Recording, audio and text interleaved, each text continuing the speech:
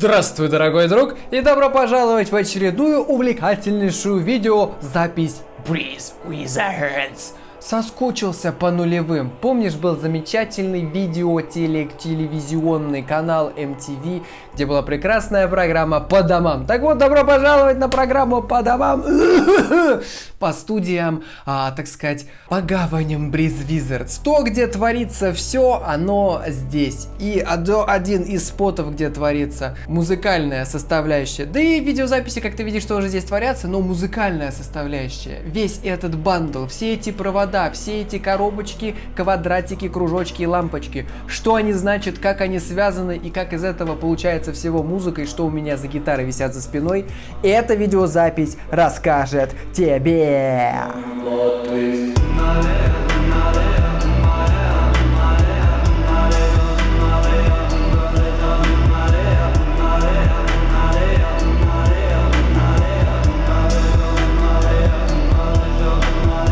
Про одну самую центральную вещь, про самую важную и вот это сердце всей студии и того, что происходит, ты уже видел, и отдельная видеозапись на канале про эту железку есть. Akai MPC-1, прямоугольный, квадратный, черный квадрат Малевича, который творит волшебные чудеса. Прямо сейчас он у меня подключен, между прочим, напрямую в аудиокарту. Focusrite Scarlett 2 i2. Здесь два очень удобно входа, которые типа и XLR, чтобы воткнуть микрофон, и не XLR, чтобы воткнуть гитару, или же два инпута, соответственно, можно что-нибудь стерео воткнуть. Например, сейчас у меня воткнут вот этот вот Beast, и буквально сегодня я сидел и пердел, вот смотри.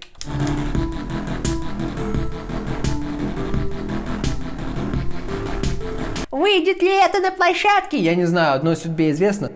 Я переодел футболку специально для того, чтобы рассказать тебе отличную идею, которая только что меня буквально посетила. А чё я один флексю, правда? Ты сфотографируешь свой сетап рабочий и выложишь в сторис, тегнув меня непосредственно. Мы соберем потом из этого лучшие сетапы. И в одной из следующих видеозаписей мы соберемся с моим коллегой Колосса и будем судить ваши сетапы рабочие. Посмотрим, из чего вы сделаны. И вот ты уже познал про одну из железок, которые существуют на моем столе. Это Focusrite Scarlett 2 i2. Вот, я в аудиокартах абсолютно ничего не понимаю. До этого у меня была... нет, подожди, это прям, да, моя карточка. Здесь какие плюсы относительно других карточек. Есть отдельная крутилка под наушники. Это невозможно очень важная составляющая аудиокарты, потому что у меня до этого был опыт использования более простой аудиокарточки, где тоже два входа, но один тупо гитарный, другой XLR, тоже Focusrite Scarlett'овская. Там нет крутилки под наушники, и это, сука, отвратительно. Там одна единственная крутилка на output. Соответственно, если тебе нужно, например, записать вокал, и не нужно, чтобы вот эти вот колоночки шароебили, тебе нужно отключить их. Это неудобно, это пиздец. Я заикнулся про колоночки. Давай с ними познакомимся. Я сам не знаю, как они называются. Подожди пару секунд. Axelvox PM5. Это то, что у них написано сзади, это то, что, наверное, сейчас ты наблюдаешь на своем экране. Вообще, я как-то вот оставил историю в стороне. Данная студия является такой своеобразным таким микросимбиозом двух студий, моей домашней и домашней колоссовской. Изначально это хоумспот Колосса. Вот, Колосса чиллингует там, а я чиллингую здесь, потому что, ну, все мы прекрасно понимаем, как хорошо и спокойно жить без мамы. Период мытья посуды увеличивается, когда ее можно не мыть. Пыли больше собирается. Ну тебе-то на это похуй, слава тебе, Господи, да, полежать подольше можно в кровати, короче. И про некоторые вещи я могу здесь чего-то не понимать, как, например, про вот эти мониторы. Точно помню историю, как они появились. Они появились что-то типа, это какой-то Колосса напишет в комментарии, наверное, а может быть даже себя снимет и добавит здесь, я не знаю. Здравствуйте. Краткое включение, расскажу немножко про моники. Эти моники подогнал мне на один из моих дней рождений Влад Лурванш. Мониторы оба активные, то есть каждому монитору идет индивидуальное питание и каждый монитор втыкается в розетку. С ними есть небольшая проблема. Они были взяты по скидке из шоурума сразу, с витрины, и один из мониторов, он фонит, шуршит, периодически пердит, а также на нем потрескалась вот эта вот штука, которую ты сейчас видишь. Эти мониторы выполняли скорее функцию колонки. Для того, чтобы пользоваться мониторами по-человечески нормально и по науке, надо подготавливать для них комнату. Я на данный момент свожу все на наушниках при помощи Realfonsa. Хочется, чтобы больше было места на столе. Опыт показал, что вот нужно, чтобы прям это была мастерская огромная, да. И отлично в этом плане помогают подставочки. Там что-то написано, тебя разве волнует, как они называются? Просто любые подставки, которые прикручиваются к столу, очень хорошо освобождают место на столе. Собственно, звук выводится вот сюда. Или же, если ныкаешься ночью и страшно параноишь почему-то, то, например, пользуясь, это ты уже их видел, Roland RHA30, это уже мои наушнички. Родные, любимые, Roland делают вещи, японцы всегда делали хорошо, и вот эти наушники, это очень волшебно и замечательно. Не жалко просто ни пенни, ни цента, ни, так сказать... Короче, экспириенс волшебный. Хорошие наушники, они на самом деле волшебство делают, очень приятно делают, и в хороших наушниках приятно работать, поэтому наушники — это тема. Откуда звук идет, мы поняли, а откуда же появляется звук, да, то есть, типа, что генерирует звук? Во-первых, ты сейчас слышал то, что играло, и тут вариант подключения ленивый на похуй, потому что на самом деле аудиокарта сейчас у меня воткнута в компьютер. Вообще у компьютера, я так чисто от себя вкину, отличная тема. Я сначала, когда услышал, что у Мака только USB Type-C, я сначала расстроился, а потом я понял всю фишку. Сзади этого Мака ты можешь увидеть огромный, не ебаться, хаб, в который воткнута вообще вся периферия, которая здесь присутствует. Монитор, аудиокарта, клавиатура, мышка у меня по блютику подсоединена, но все равно интернет проводной, зарядочка. Короче, все воткнуто. Все воткнуто, и когда тебе нужно, ты Mac отключаешь и работаешь на Mac'е. Когда тебе нужна вся периферия, ты втыкаешь один провод, хуяк, ты готов работать. По-моему, это очень удобно, и плюс в моем случае это вдвойне удобнее, как показала практика, потому что у меня еще есть вот этот персонаж с недавнего времени, iPadик mini, и если его втыкать вот в этот же USB Type-C, вся периферия распространяется на iPad абсолютно спокойно рабочий. Плюс ко всему, ты обратил внимание, что у меня лежит здесь пососный Nintendo Switch. Почему пососный? Потому что я что-то все чаще и чаще замечаю, что, наверное, все-таки мне стоило взять обычную нормальную человеческую консоль, вот, и не вестись на вот этот портатив, потому что этот поганый портатив ни хера красиво игры не вывозит. Еще одна причина, почему аудиокарта у меня не воткнута в Akai MPC, чтобы звук писать или прочее, да, потому что в USB-ху туда я воткнул вон тех персонажей. Мы с тобой немножечко переезжаем, как бы мне так расположиться. Хоба! MIDI-клавиатура Nectar Impact GX49. Просто огромная MIDI-клавиатура, на которой можно двумя руками что-нибудь поиграть и представлять себя прикольным пианистом. Сверху же более серьезная, более приятная и более... Короче, это аналоговый синтезатор Korg Minilog. И если ты не из тех, кто знает словосочетание аналоговый синтезатор, вкратце объясню. Смотри, обычно все мамины рэперы пишут музыку на плагинах на компьютере. Вот. И в принципе это называется цифровой синтезатор, когда там какая-то штука... Но изначально синтезатор — это аналоговая штука, потому что когда не было компьютеров, музыка все-таки была. И кому-то нужно было какие-то звуки издавать, а вот чем они космические, тем у людей больше мозги взрывало, потому что были только гитары и прочее. Ну ты понимаешь, к чему я клоню. Вот. Это аналоговая история, которая за счет железа, за счет сигналов, за счет вот такой всякой истории физически делает звук. Вот. И это как бы спор на самом деле. Можешь написать свое мнение в комментарии насчет аналоговости, не аналоговости. Как показала наша практика, но я тебе так скажу, в принципе, если у тебя нет аналогового синтезатора, твоя музыка хуже не станет. Но то, что аналоговый синтезатор звучит намного приятнее, натуральнее, настоящее и жирнее, чем вся та херота, которую может родить наш компьютер, это факт. Это факт, и с этим ничего не поделать. Тут либо уже решаешь сам, либо ты такой ванильный хер, который типа, я люблю железо. Вот. Либо ты чисто технологичный хер, который, я хочу писать музыку. Гитары висят интересные, согласен, гитары висят красиво, и это интересное дизайнерское решение, я с тобой соглашусь. Что же это за гитары? Данный представитель, ублюдок, скотина, это самая первая бас-гитара, которая оказалась в моих руках, которую я взял. Она запасная, и она на самом деле очень сильно спасает. Почему? Потому что есть другая бас-гитара, сейчас я к ней перейду. Сначала скажу, что это Clevan C5 PB10. Короче, важно понимать, что это за 12 тысяч рублей купленная в новую китайская хуета. Суть бас-гитар в том, что у них слишком много, к сожалению или к счастью, не знаю, но играет роль сама конструкция бас-гитары, сам материал корпуса и прочего. Тебе нужно, чтобы бас-гитара, когда ты бил по жирной струне, вибрировала, блять, как будто землетрясение, как будто бум, понял, да? Вот. И эта залупень сделана из каких-то, я не знаю, китайских переработанных DSP-шек или чего-то такого очень легкого, очень пососного и, по-моему, даже полого, если, возможно, я ошибаюсь, но... Короче, она достаточно легкая, достаточно хуесосная, и еще отдельных антиреспектов, естественно, заслуживают вот эти крутилки, потому что эти крутилки, насколько я помню, если я не ошибаюсь, по-моему, это эквалайзерные крутилки. А может быть и нет, а может быть это переключение между Проблема в том, что они там хуево закреплены, там плохая паечка, и иногда, когда ты крутишь крутилку, ты крутишь как бы не саму крутилку, а ты крутишь всю крутилку, то есть вместе с мясом внутри, где еще и есть провода. И иногда это доводит до того, что звука просто нету. Вот, звука нету, это грустно, поэтому гитара хуесосная, но у нее есть одна отличительная особенность от вот той гитары, она неактивная, если я правильно это называю. Можете поправить меня в комментариях, обязательно поправьте меня в комментариях, я плохой блогер, я не готовлюсь к видеозаписи, я с тобой как с корешем просто пизжу. Идея в чем? Я не шибко силен в названиях и в гитарах, это бахио, башио, бачио. Суть в том, что это японская гитара. Насколько я читал, это типа собранная вручную гитара, кастом, вот она заделанная, тыры-пыры. И я ее взял бэушную, точнее не я ее взял, ты что, охуел, блядь. Мне подарили на день рождения мои все друзья и родные, я им очень сильно благодарен, потому что эта бас-гитара, она как выглядит, она так и звучит. Может быть, она гаражная, коричневая, да? Но какая она вкусная, какая она жирная. Хочешь про нее видеозапись? Напиши в комментарии, Саня тебе все сделает. Но мы сейчас обо всем в общем.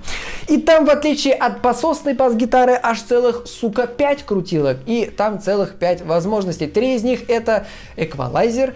Одна из них это переключение как раз-таки между двумя звучками, и одна, естественно, это звук, чтобы когда между песнями ничего не шумело. Чтобы вся эта жиробасина работала очень вкусно, внутрь пихается батарейка, называется активная гитара, я сам такого не знал. Когда ты не знаешь о том, что у тебя в гитаре есть батарейка, а она, сука, села, а тебе нужно записать песню, приходит на помощь вот этот ублюдок. Как ни странно, но он тоже звучит как бас-гитара, и поэтому бас-гитару можно записать, вот. Но зато в следующий раз, когда тебя попросят записать бас-гитару, ты запишешь вот эту бас-гитару, и они вообще все охуеют.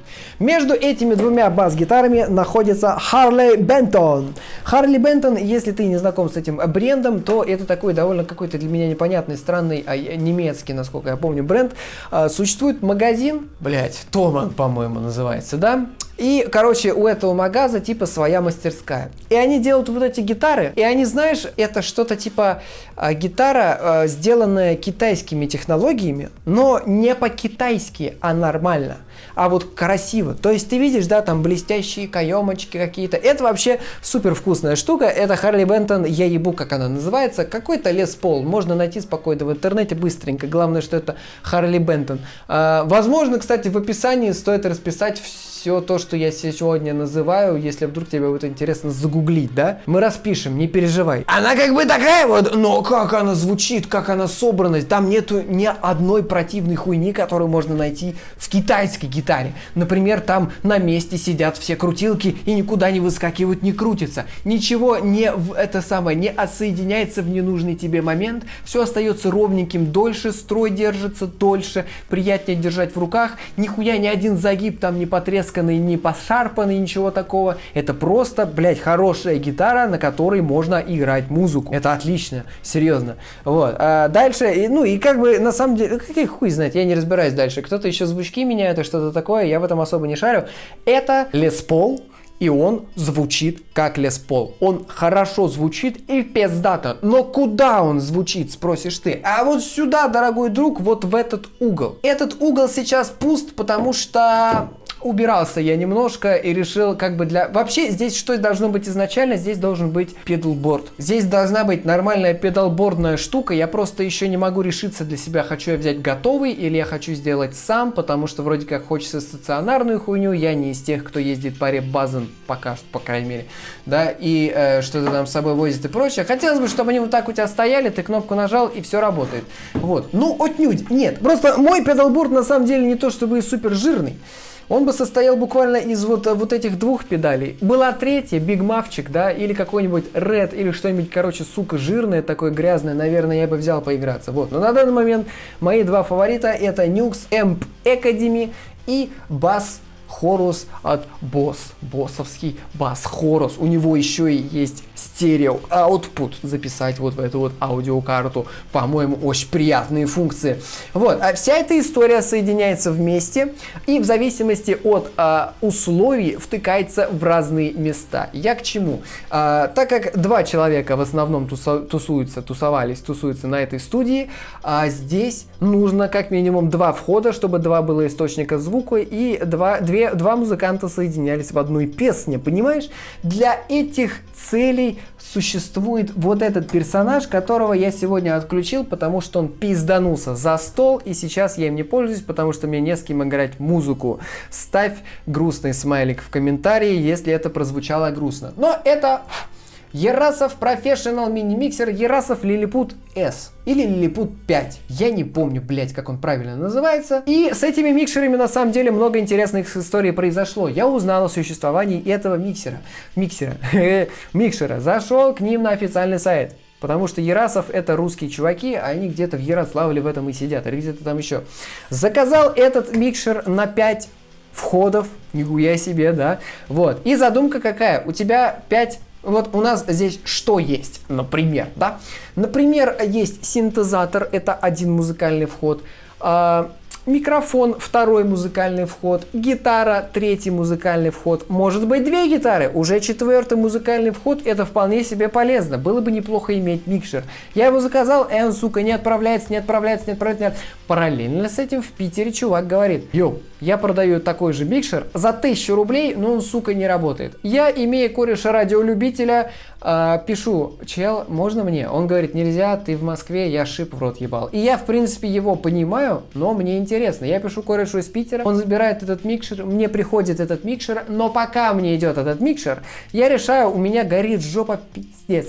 Я решаю пойти на заводе у нас, музыкальный магазин, и вижу там абсолютно тот же самый микшер. Он там лежит за типа в полторы тысячи рублей дешевле, чем то, что я заказал с официального сайта. Я такой: бля, я не могу упустить такой шанс, мне обидно, поэтому я взял его. Вот, соответственно, сижу я на 3 микшерах, значит, думаю, нахуя? Один, естественно, оказался здесь, второй у меня дома, а третий где-то на заводе валяется, ждет своей починки, чтобы с ним что-нибудь дальше произошло. Микшеры — это такая тема, знаешь, ну вот не знаю, в плане это дешманский способ несколько инструментов соединить в одно место. Это да, вот, но все-таки более, естественно, практичнее и рабочее будет просто взять нормальную аудиокарту с 4 входами, выходами, там, во все щели его, мать его, наоборот. Естественно, это дороже, меня это, сука, очень сильно раздражает. Представь, если бы у тебя компьютер становился дороже в 5 раз, потому что в нем еще одна USB-ха, блядь. Меня прям вот со входов этих жопа полыхает, но я просто глупенький, я не понимаю то, что внутри аудиокарты есть свои какие-то мощности, которые обрабатывают эти входы. Поэтому держи это в голове, Саша, держи это в голове ты, дорогой зритель. Сказал я тебе про вокал, но не сказал, какой микрофон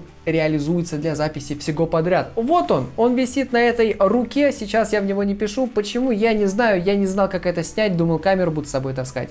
Решил отдельно сниму. Это АКГ P420. Почему именно он? Очень просто из-за названия. Я и хуй его знает. Я типа ни один микрофон в руках вообще не держал.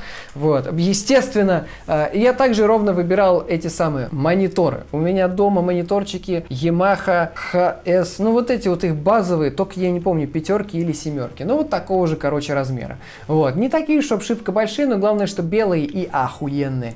Их, когда я выбирал, я, как ты видишь, тоже их выбирал просто по цвету. Почему? Освобожу тебя тебя от мук выбора твоих будущих, да, и скажу, как обстоят дела. Если ты ни разу в жизни не работал с мониторами, у тебя никогда не было мониторов, вообще похуй, какие мониторы ты возьмешь. Было бы замечательно, если бы у тебя был шанс сгонять к одному корешу и послушать его вот эти желтенькие, потом сгонять к другому корешу, послушать его вот эти беленькие, потом к третьему послушать вот эти. Если у тебя нет такой возможности, хуй. Они в любом случае порвут тебе жопу по сравнению с тем, что ты обычно слушаешь. По сравнению с AirPods'ами, по сравнению с любыми соньками. Мониторные наушники — и это другой level.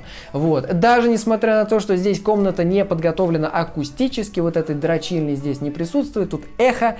Вот. Все равно эти наушники, эти мониторы себя хорошо показывают. Те белые мониторы, которые я взял. То есть не будет такой ситуации, что ты взял моники, слушаешь их и думаешь, блять, что я наделал? Нет, такого не бывает, как мне кажется. Надо быть готовым к тому, что в мониторах нет басов. Здесь нет тусовочного гудения. Тусовочное гудение — бери свою обосранную JBL-ку, закрывайся в ванной и хуярь, поставив в эквалайзере Apple Music обязательно Rhythm and Blues.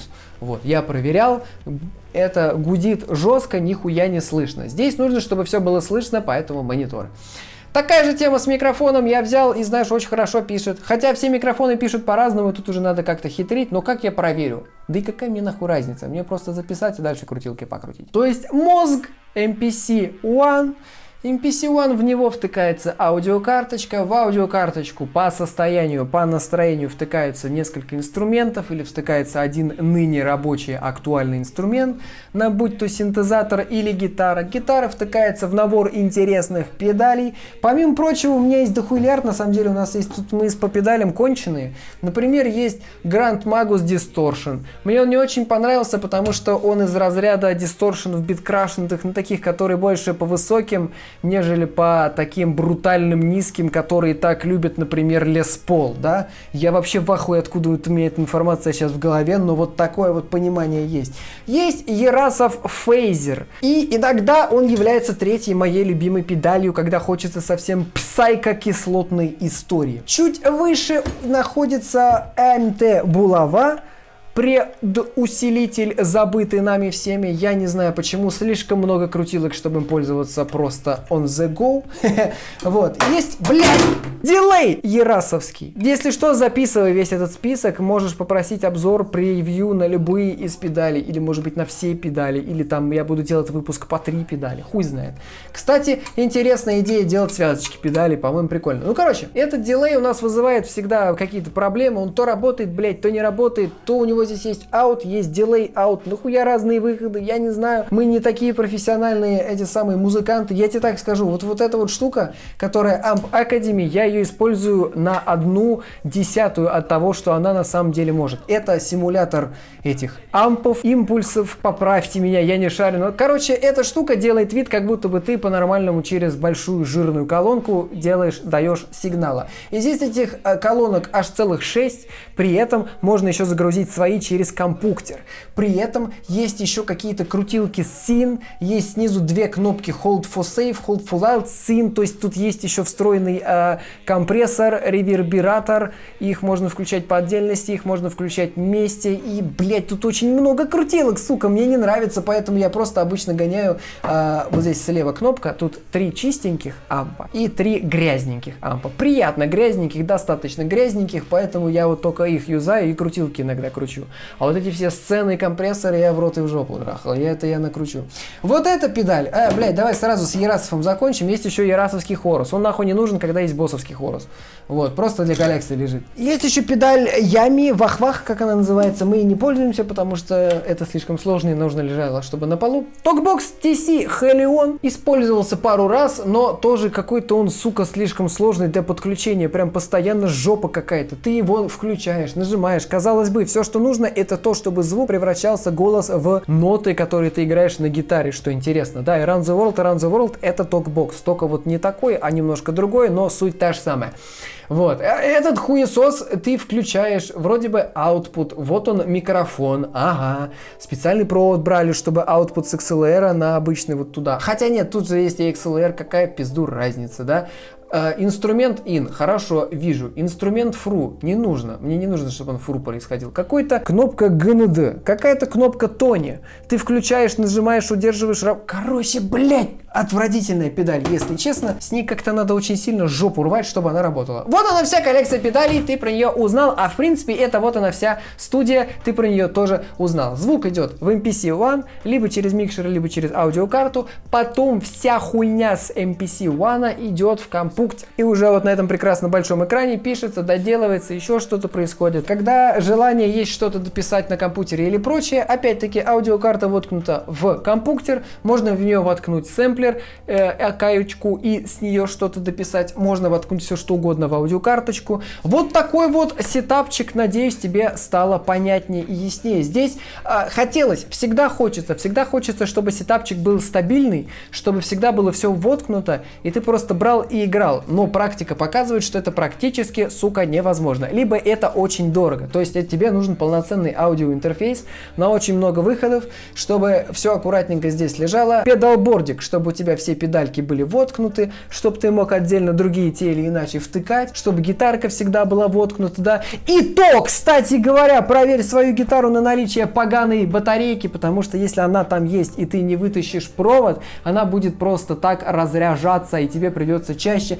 покупать эти поганые кроны, которые стоят, вот 2 штуки недавно взял, отдал 700, мать их, рублей. Охренеть, чтоб гитара не пердела. Когда там садится батарейка, на самом деле интересный появляется эффект дисторшн. Проси видеозаписи новые, а ты познакомился с месторождением всех наших произведений, с месторождением их досведений, ну, по крайней мере, до определенной поганой даты. Вот, в остальном... Передаю мою эстафету другим участникам Breeze Wizards, пусть они пофлексят своими рабочими местами и расскажут про свой workflow. Меня зовут Сэнди. До свидания.